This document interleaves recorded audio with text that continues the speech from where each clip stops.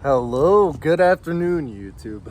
So today, of course, gonna be smoking some American Spirit Blacks. Get a little thumbnail. American Spirit Blacks Classic, and we're gonna be carving some wood, and I'm gonna do a little mini knife showcase for you guys. This is 4 knives that I have outside with me. I have a 5th one, but that's a paring knife, so it's not gonna work well for carving at all. But I'll show you the differences in the blade curvature and how well it does with carving. And we're gonna talk about some fuck shit. So feel free to join. So today, it's a beautiful day. You know, first nice day we've had in the Midwest in a long time.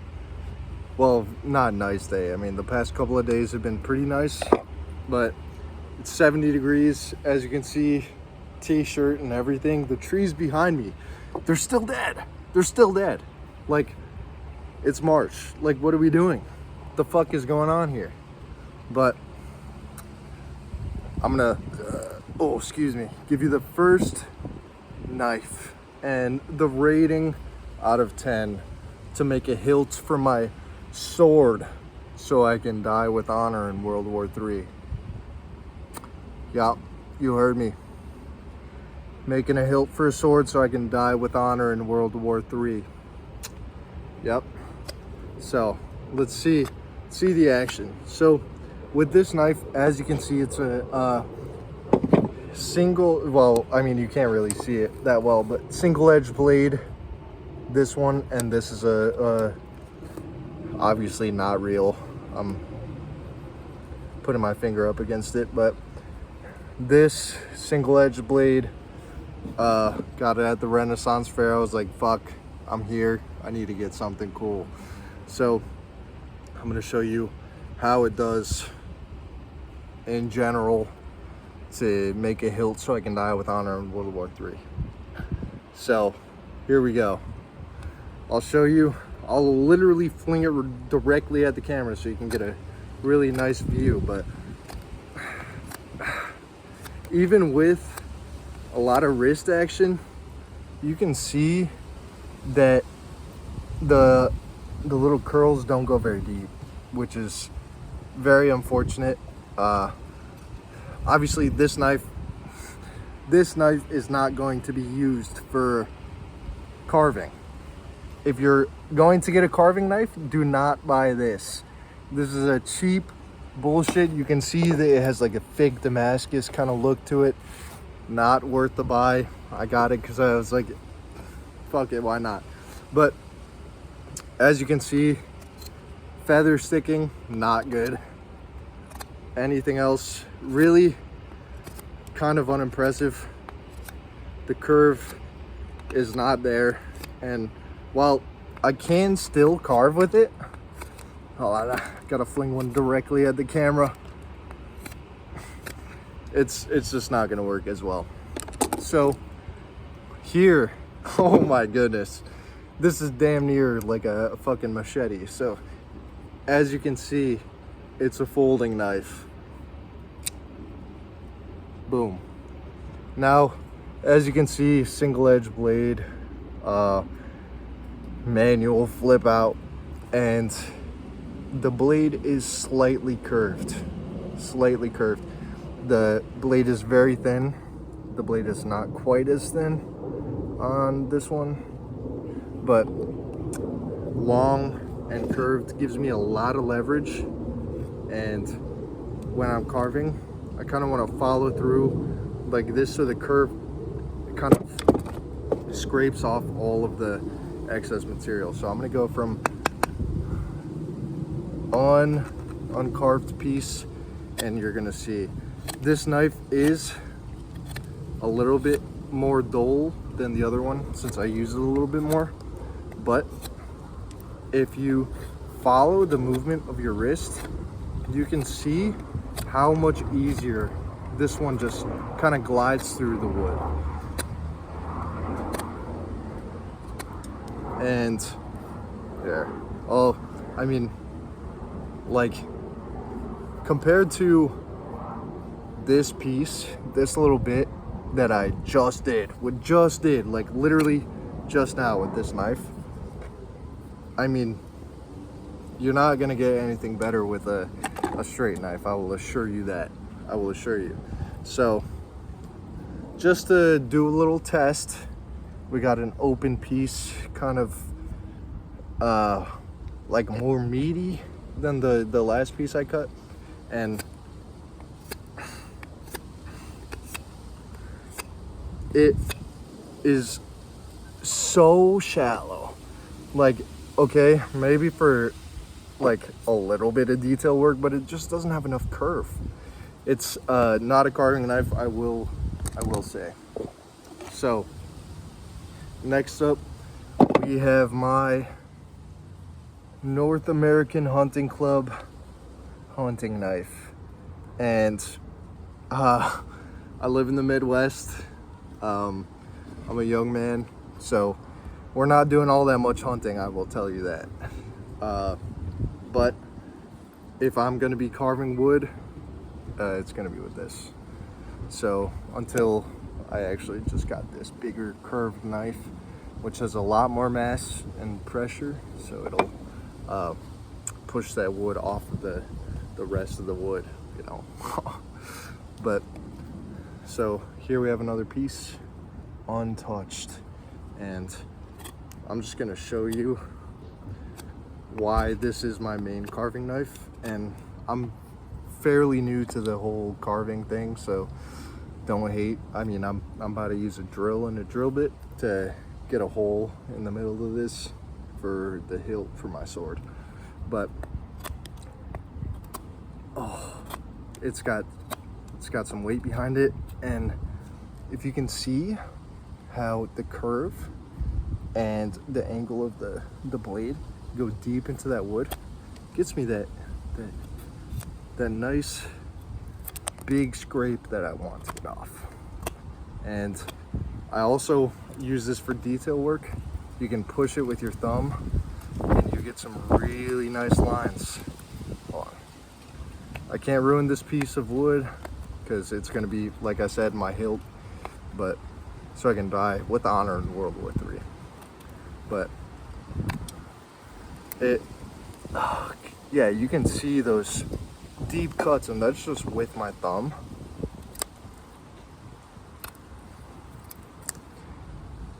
Compared to with my thumb with this bad boy.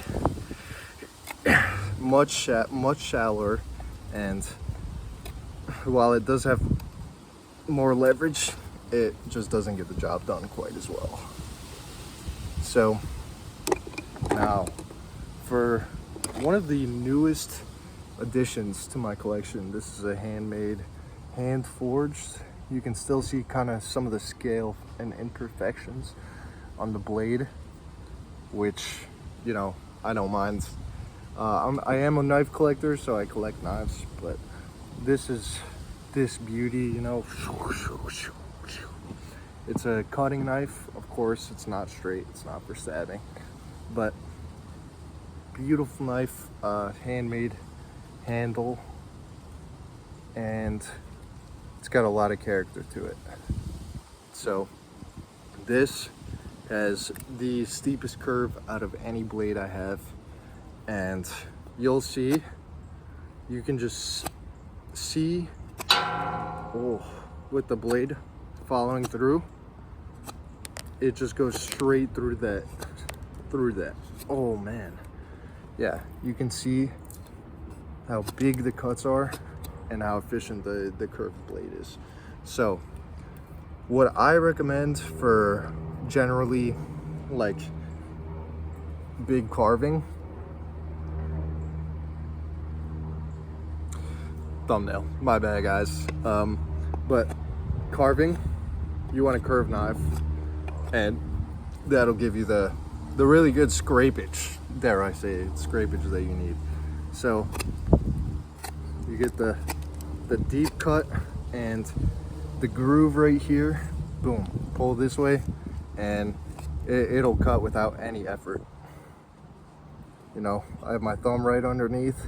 That's not usually how I do it, but that can be a support, and boom, it'll just cut right off. But that's the carving demonstration. Let me give you a, I always go for the thumbnail, but so now after I give you a little demonstration of the carving, we're gonna smoke an American Spirit Black. Yeah, you heard me right. Carving wood and smoking cigarettes. What a life we live. What can I say? So, this is my liquor store lighter and my American Spirit Black. Here we go.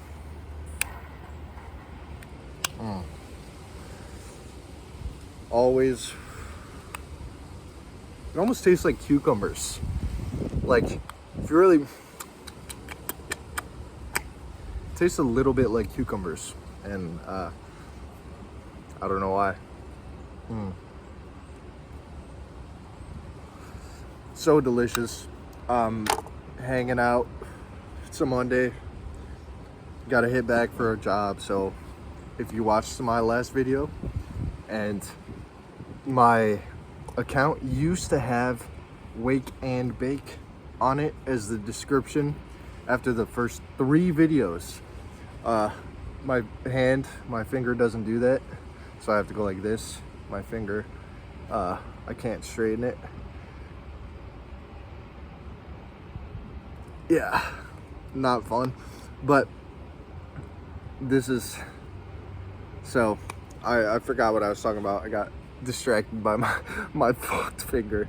It's the wrist tendon right here. But we're enjoying our bubbly and our American Spirit Black. What a beautiful day it is. 70 degrees.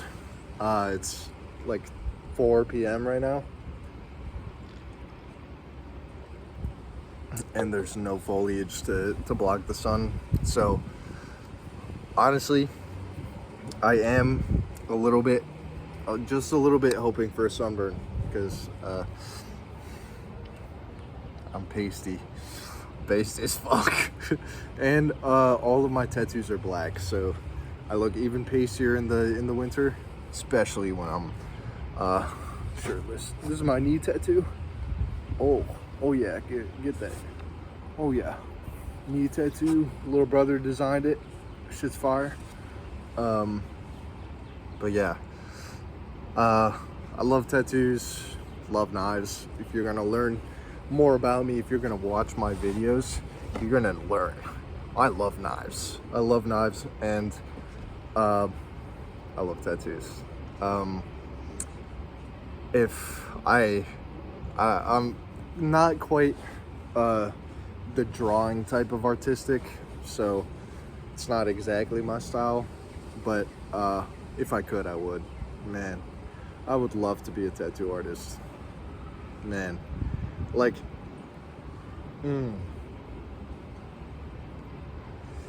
the idea of permanently imprinting your art on somebody else's body is like, that's pretty crazy. I mean, something you make and somebody likes that enough to put it permanently on their body, that's so cool to me. Like, what an honor that would be.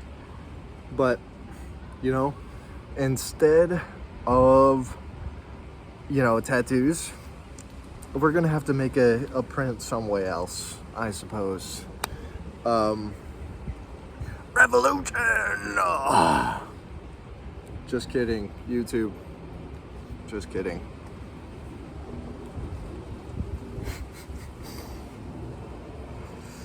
To all the 12 people watching this, let's make a militia. We only bring swords. We'll probably die, but they're cool. I mean, what can you say? What can you say? Walking into a slaughter with swords, that would be awesome.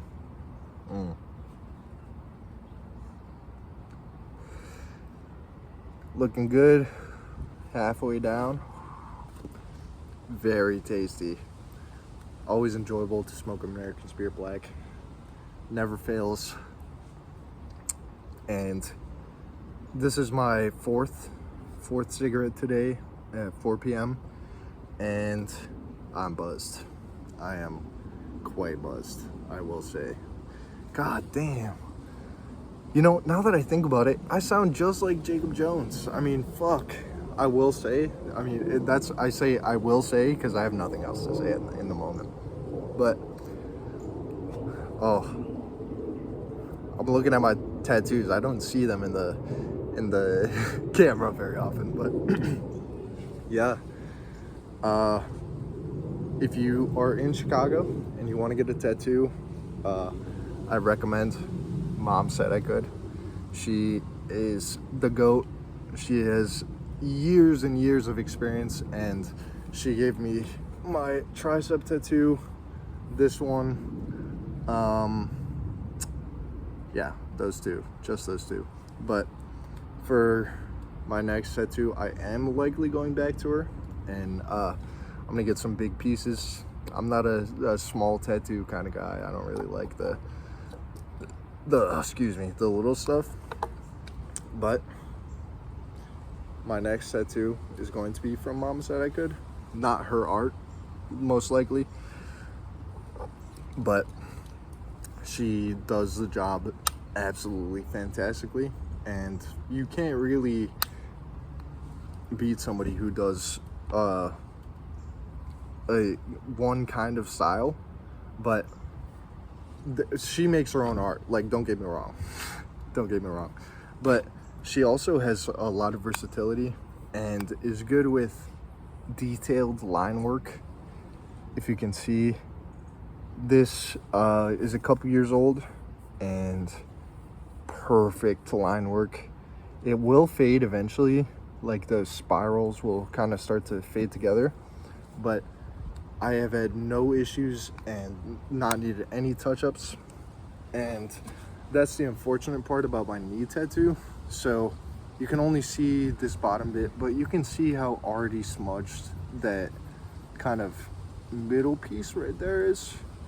That's because I went with my little brother for his 18th birthday tattoo. That's kind of like a family tradition. But yeah, we went, and the artist was a year and a half of experience deep into tattooing, and the knee is not an easy place, I will say. And there's just a lot of missing work. The line work is not super full, and if it is, it already has kind of started to blend together. The artist was super heavy-handed and bent the needle in the ink thing, ink container. But you know what I'm talking about if you have tattoos. That is worst case scenario. I tend to not take too many breaks during my tattoos, but this knee tattoo is like I had to purposefully ask her to take a break and switch the needle, because it went into the ink container. But if you have tattoos and have had a bent needle, you will know what I'm talking about. It goes like, yeah.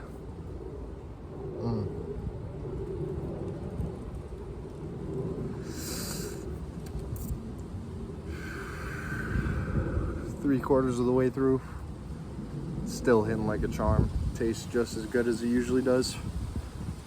That's one of the reasons why I love these so much, is because they taste so good all the way to the bottom. But once I'm done with this cigarette, I am gonna call it a video.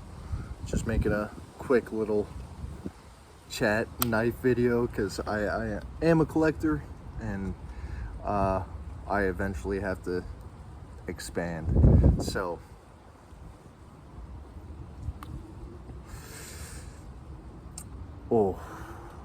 So tasty. But we're almost done.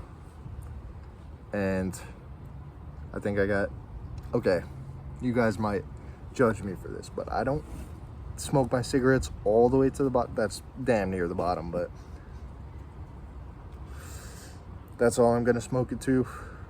It's all the way past the American Spirit logo, and I'm not gonna smoke it to the filter. I'm not that broke, but I'm gonna put it in my bike chain. This was my grandpa's, and it looks like he purchased it, but I got this from him, so I love this ashtray. Boom. American Spirit Black down, and we're gonna do some more carving. Hope you enjoy, and peace.